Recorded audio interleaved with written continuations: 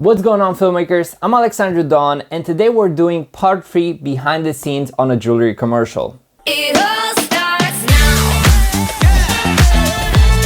It all starts now. So hold it steady. Oh, are you ready? It all starts now. So hold it steady. Oh, are you ready? It all starts now. So as you can see, the footage is absolutely stunning and I'm really happy with the results. Therefore, I really want to take you behind the scenes and show you all my process in order to achieve this look. But if you haven't watched part 1 and part 2 and you are new to the channel and this is your first video that you see, I really encourage you to go and watch part 1 and part 2 first, because you're gonna have a better understanding of what I'm about to say right now. So without further ado, let's go behind the scenes and show you exactly how I achieved this look.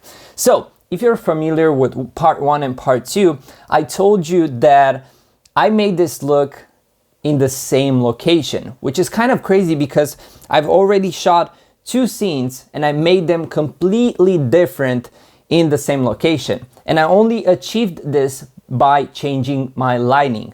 So this is why lighting is so powerful.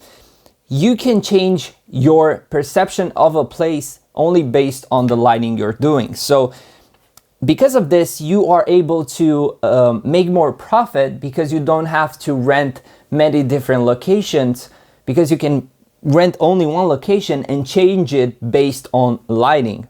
So this is why I love lighting, and this is why I love to work with lights, is that because it allows me to be very creative. So let's go behind the scenes and tell you exactly what I did. It's a really simple lighting setup. This time it is with a little bit more lights, but I'm gonna explain you how I did it, and it's really simple. So as you can see, this is a split behind the scenes where you see me filming and you see the actual shot. And I'm gonna explain you how my lighting was. So I have a really big softbox light, which is 120mm from Nanlite, put on a Forza 500, and this time it's not set to the max, it's set to around 20%. And in the back I have 2 mix panels, 150, that are on RGB and they are set on blue. But I'm gonna make my lighting diagram and you're gonna understand a little bit better. And there is one thing that you're not able to see in the behind the scenes shots, and that is one of my backlights. I have a Forza 60B with a projector lens, but it's off frame, so you're not able to see it in this behind the scenes. So as you can see, pretty simple setup. I put some flowers on the table, even though the table is not that visible, because the main idea for this shoot was to kind of make a summery vibe, and we didn't have enough props or enough things in the location to make summer like you are usually, or spring. If you want to shoot a spring commercial, you definitely have to be in a spring environment, but in our case outside was minus 10 degrees, and as you can see we had to improvise. But I think the shots turn out really good, and it takes your mind to a spring or summer feel, and that is good, because therefore we managed to create what we needed to create. So I suggest on showing you guys my lighting diagram so you can understand a little bit what I did in order to achieve this look. So let's begin. I'm gonna take my tablet and I'm gonna draw everything so you can understand perfectly. We're gonna start off by drawing our actress and the space. So basically this is the table that our actress was. This is her, and here are some plants.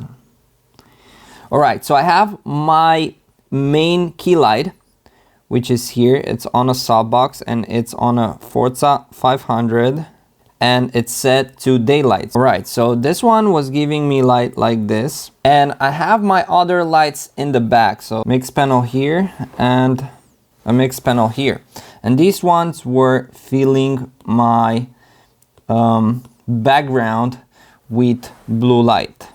So their light intensity was, I think, 100%. And this one, the Forza 500, was at around 30%. And we did this because we wanted to have more fill in the back. So we wanted like a really deep blue in the back, and we wanted a more softer look on the skin tone. So that's why if you have like more intensity in the back and less in the front, you can compensate to each one another. And one light that is not visible in the frame is our projector lens, which is making this really beautiful side light here, or backlight. And it's also giving us a really beautiful yellow flare that kind of gives you and kind of tricks your mind into thinking that's the sun. So we have this off frame, which is, I think, here. So this is the Forza 60B with projector lens. This is the projector lens, and it was heating like this. And I also forgot to show you my camera placement, which was something around from here to here. So this is where I moved with my camera in order to achieve this lighting on her face. So if you look at it, it's a pretty simple lighting setup that works and that looks absolutely great. So I've seen a lot of lighting setups that are overly complicated and take way too much time in order to make perfect. And whenever you are on set and whenever you have to shoot like 5 scenes in one day, and besides that you also have to do photography, you don't have time to stay that much on a single scene, and especially stay that much to make your lighting, because you're gonna lose valuable time in which you're gonna be able to shoot a lot of beautiful shots. And that's why I really like working with Nanlites, is because the lights are so versatile and they have so many functions. It allows you to work really smart and creative. So this is the case that we had right here. And also what I want to say is that we also did a few special effects shots with my Vexus filters, which are great and I really love them. It's really nice to work with these reflections and the kaleidoscope filter, especially. This is my favorite one because you are able to make some really beautiful in-camera effects.